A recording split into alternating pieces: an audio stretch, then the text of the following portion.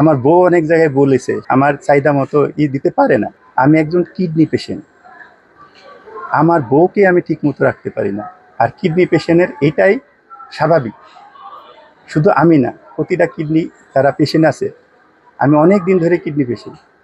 তাহলে এই অবস্থায় যদি আমি আমার বউ রাখতে পারি না, আমার বউ অনেক জায়গায় বলেছে শুনলাম যে হ্যাঁ ও আমাকে আমার চাহিদা মতো দিতে পারে না, সেই জায়গায় আর একজন প্রেমিকা বা একজন বউ নেওয়া সম্ভব? মানুষের পক্ষে সম্ভব সেটা? আপনারা কেউ পারবেন যে আপনার সব নাই তারপরে আপনি আর একজনের বউ বিয়ে করবেন? মানে যত ভুয়াবাজি, যত বানোয়াট কথাবার্তা বলে, মানে তার মিডিয়ার কাছে বলে সে, তারা অভিনয় জানে, তারা মিথ্যা কথা জানে প্রচুর। তার বোন হচ্ছে এসব করাচ্ছে, তার বড় বোনটা, তার টাকা আছে, পাওয়ার আছে, অনেক কিছু আছে, যা খুশি সে তাই করাতে পারে। আমার কোন সময় আবার কি করবে, কোন সময় মেরে দেবে কিনা। আমার মা সবসময় ভয়ে থাকে যে তুই কলমা যাইস না বা। আমি বলছি, আমার ওখানে বাড়ি, আমার নিজের বাড়ি, আমি ওখানে যাবো না কে? তোকে মেরে দিবে ওরা, ওরা খুব খারাপ মানুষ, সবাই জানে। কোন ঘটনা ঘটেনি, বেশ গেছি। যখন যাওয়ার সময় আমার চাচা হেল্প করছিল, সমস্যা ছিল আমার যেতে। যাওয়ার পরে বেশ সুন্দরী 10 বছর, 10 বছর আমি প্রবাসী ছিলাম, একবারে আসছি। থাকাকালীন আমার দুলাভাইয়ের কাছে টাকা পাঠাতাম।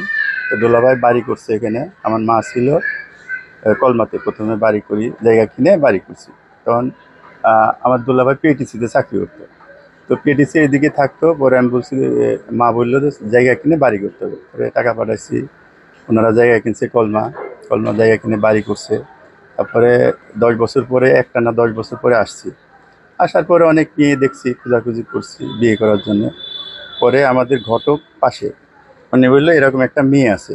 তা আমাদের রান্না করতো যে মহিলা, উনি বললো আমি মেয়েটাকে দেখছি মামা। তা বলছি কেমন?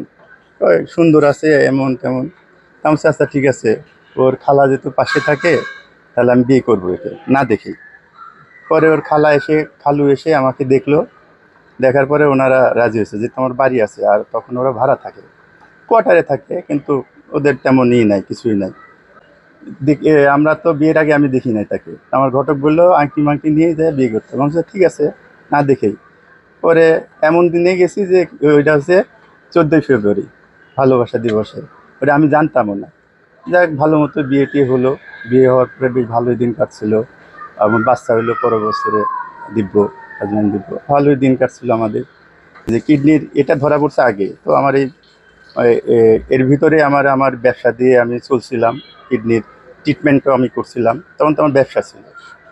যখন নাকি কিডনি অপারেশন করা লাগবে, যখন চেন্নাই থেকে বলে দিল যে আপনার অপারেশন করা লাগবে, তখন চিন্তায় পড়ে গেলাম। এর ভিতরে আমাদের বাড়ি আবার চেঞ্জ হয়েছে। এখানে স্ট্যান্ডার্ড গ্রুপ এসে বাড়ি কিনে নিল, সবার বাড়ি কিনে নিল, আমারটা নিয়ে নিছে। ওরা বাড়িটা চেঞ্জ করলাম, চেঞ্জ করে ওই পাশে নতুন আসছে 9 বছর ধরে। তো ওইখানে আবার আমি জায়গা কিনে আবার বাড়ি করলাম। এই বাড়ি বিক্রি করে যদি কোম্পানি সব নিয়ে নিছে।